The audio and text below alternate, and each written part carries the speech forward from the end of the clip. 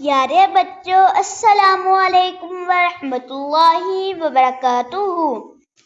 آج ہم حدیث نمبر 22 یاد کریں گے انشاءاللہ۔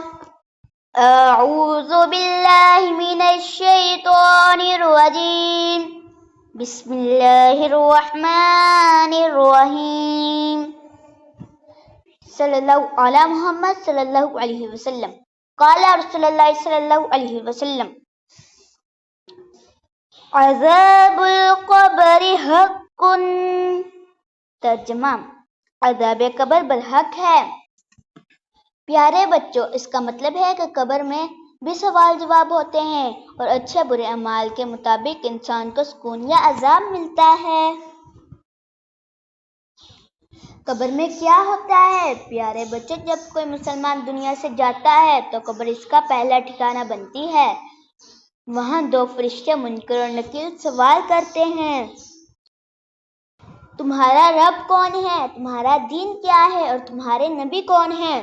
جو بچہ یا بڑا دنیا میں نماز پڑھتا ہے، سچ بولتا ہے، جھوٹ اور برائی سے بچتا ہے، وہ آسانی سے جواب دے دے گا۔ اللہ تعالیٰ اس کی قبر کو جنت کے باغ کی طرح بنا دے گا۔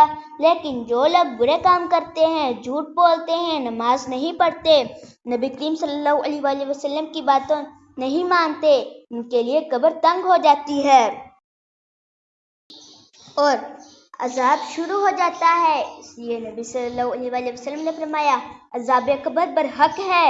ایک مرتبہ نبی کریم صلی اللہ علیہ وآلہ وسلم دو قبروں کے پاس سے گزر رہے تھے۔ آپ صلی اللہ علیہ وآلہ وسلم نے فرمایا، ان دونوں کو عذاب ہو رہا ہے۔ صحابہ کرام نے پوچھا، یا رسول اللہ کیوں؟ آپ صلی اللہ علیہ وآلہ وسلم نے فرمایا، ایک شخص پیشاب سے بچتا نہیں تھا اور دوسرا چغلی کرتا تھا۔ پیارے بچوں، دیکھو کتنی چھوٹی باتیں ہیں مگر کتنی بڑی سزا ہے۔